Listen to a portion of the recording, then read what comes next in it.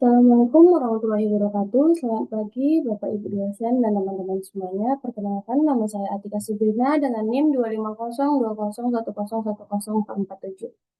Pada kesempatan kali ini saya akan mempresentasikan materi mengenai Pancasila sebagai sumber hukum dan kesatuan sistematis falsafah hidup bangsa Indonesia. Topik ini sangat penting karena Pancasila bukan hanya menjadi simbol negara, tetapi juga menjadi dasar dalam pembentukan seluruh peraturan di Indonesia, sekaligus pedoman dalam kehidupan berbangsa dan bernegara.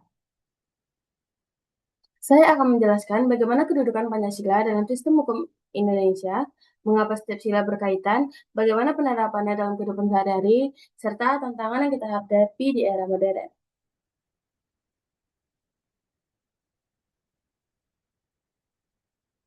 Pertama, kita akan membahas pengertian Pancasila sebagai sumber hukum. Pancasila merupakan norma dasar yang dikenal sebagai istilah Grundnorm. Istilah ini berasal dari teori Hans Kelsen yang menjelaskan bahwa setiap negara memiliki norma tertinggi yang menjadi dasar lahirnya seluruh aturan hukum. Di Indonesia, dasar tersebut adalah Pancasila. Artinya, seluruh peraturan mulai dari Undang-Undang Dasar 1945, Undang-Undang Peraturan Pemerintah, hingga peraturan daerah harus bersumber pada nilai-nilai Pancasila dan tidak boleh bertentangan dengannya. Misalnya, jika suatu aturan justru menimbulkan diskriminasi atau merugikan suatu kelompok tertentu, maka aturan tersebut bertentangan dengan nilai keadilan sosial dan tergantung dalam sila kelima.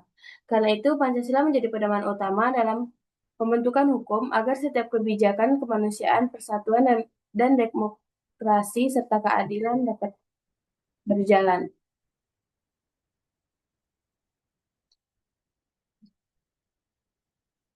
Selanjutnya adalah Pancasila sebagai kesatuan sistematis. 5 sila dalam Pancasila bukan 5 aturan yang berdiri sendiri.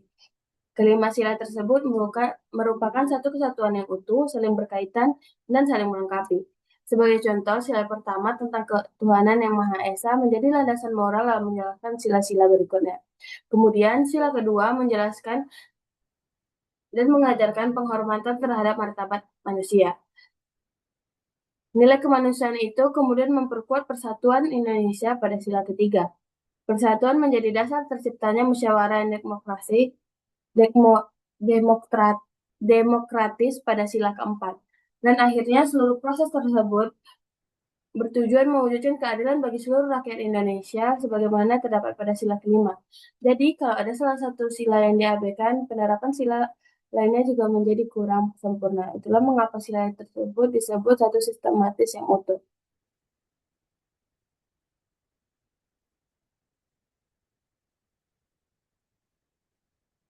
Selanjutnya, Pancasila memiliki kedudukan sebagai sumber dari segala sumber hukum negara. Hal ini berarti seluruh sistem hukum Indonesia harus berlandaskan Pancasila. Sebagai konstitusional, kedudukan tersebut dapat dilihat dari pembukaan Undang-Undang Dasar 1945, khususnya pada alinea keempat yang membuat rumusan 5 sila menjadi sumber dasar negara. Selain itu, dalam hierarki peraturan perundang-undangan, seluruh peraturan harus sesuai dengan Undang-Undang Dasar 1945 dan Undang-Undang sendiri berlandaskan nilai-nilai Pancasila. Artinya, apabila peraturan yang bertentangan dengan Pancasila, maka aturan tersebut dapat dibatalkan melalui mekanisme pengujian peraturan sesuai ketentuan hukum yang berlaku.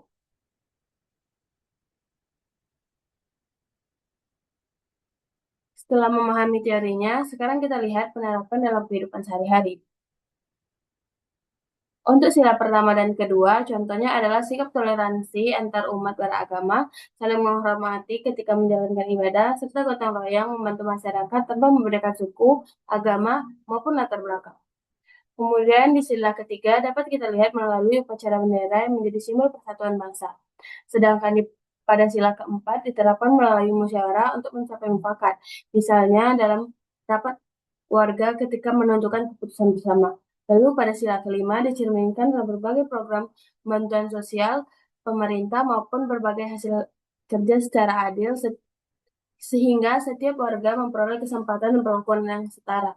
Dari contoh-contoh tersebut, dapat kita lihat bahwa nilai Pancasila sebenarnya sangat dekat dalam kehidupan sehari-hari, bukan hanya sekedar teori yang kita pelajari dalam kelas.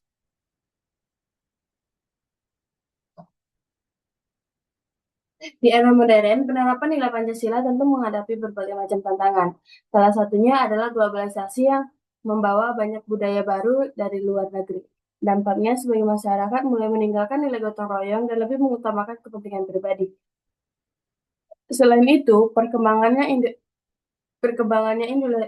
individualisme membuat rasa kepedulian sosial menjadi berkurang. Tantangan lainnya adalah kesenjangan sosial yang masih terjadi di berbagai daerah sehingga cita-cita keadilan sosial belum sepenuhnya terwujud. Namun demikian, tantangan tersebut bukan menjadi alasan peninggalan Pancasila. Justru nilai-nilai Pancasila menjadi suatu keterapan agar masyarakat Indonesia tetap menjadi persatuan, toleransi, dan rasa keadilan di tengah perkembangan zaman.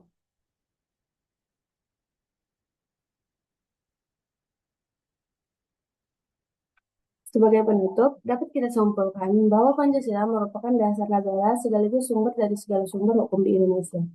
Seluruh peraturan berlaku harus sesuai dengan nilai-nilai yang terkandung di dalamnya. Selain itu, sila merupakan satu kesatuan yang tidak dapat terpisahkan karena masing-masing saling melengkapi dan membentuk falsafah hidup bangsa Indonesia. Melalui penerapan nilai-nilai Pancasila dalam kehidupan sehari-hari, kita dapat menjaga persatuan, menghormati keberagaman, dan mewujudkan keadilan sosial bagi seluruh rakyat Indonesia. Terima kasih atas perhatian Bapak dan Ibu dosen. Lebih kurang saya mohon maaf. Assalamualaikum warahmatullahi wabarakatuh. Hmm.